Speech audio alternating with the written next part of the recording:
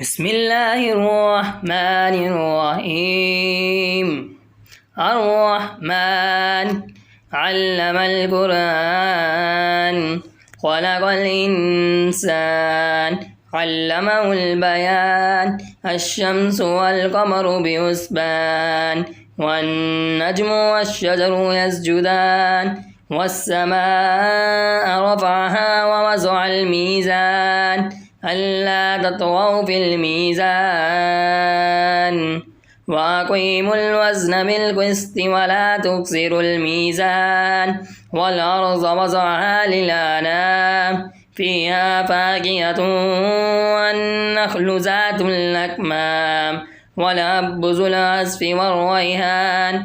فبأي آلاء ربكما تكذبان؟ خلق الإنسان من صلصال كالفخار وخلق الجن من مارج من نار.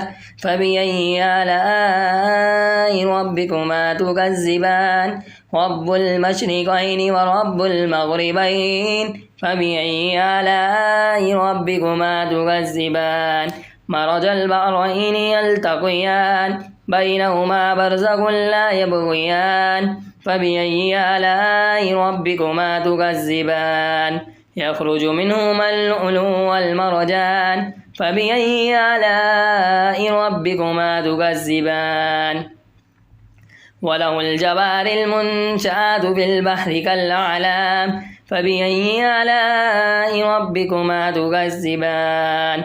كل من عليها فان ويبقى وجه ربك ذو الجلال والإكرام. فبأي آلاء ربكما تكذبان؟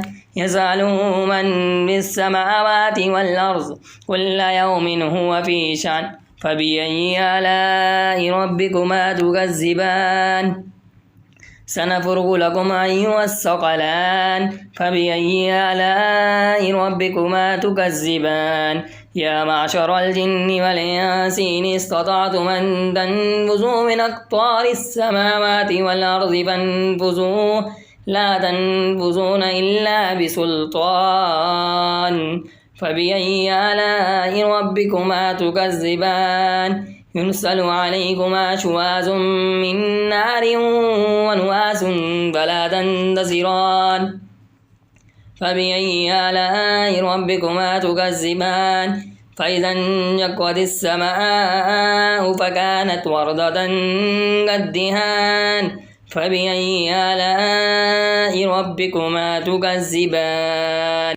فيومئذ لا يسأل عن ذنبه إنس ولا جان. فبأي آلاء ربكما تكذبان؟ يعرف المجرمون بسيماهم ويؤخذ بالنواصي والأقدام. فبأي آلاء ربكما تكذبان؟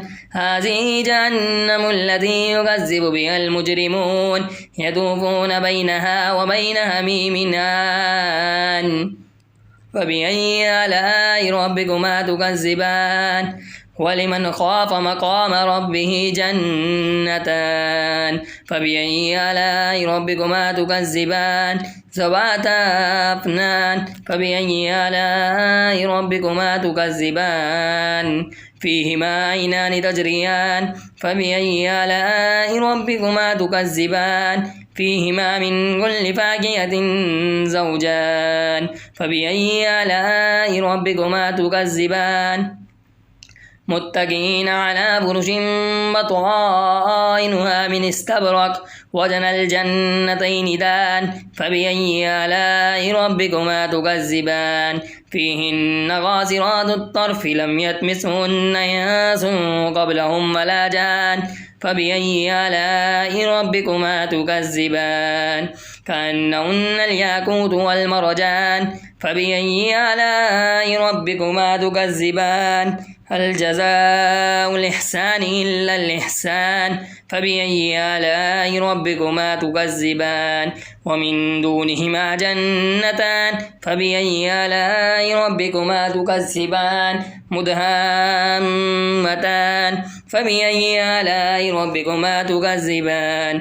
فيهما عينان نضاختان فبأي آلاء ربكما تكذبان فيهما فاكهة ونخل ورمان فبأي آلاء ربكما تكذبان فيهن خيرات حسان فبأي آلاء ربكما تكذبان حور مقصورات بالخيام فبأي آلاء ربكما تكذبان لم يطمثهن إنس قبلهم ولا جان فبأي آلاء ربكما تكذبان متكئين على رفرف خضر وعبقري حسان فبأي آلاء ربكما تكذبان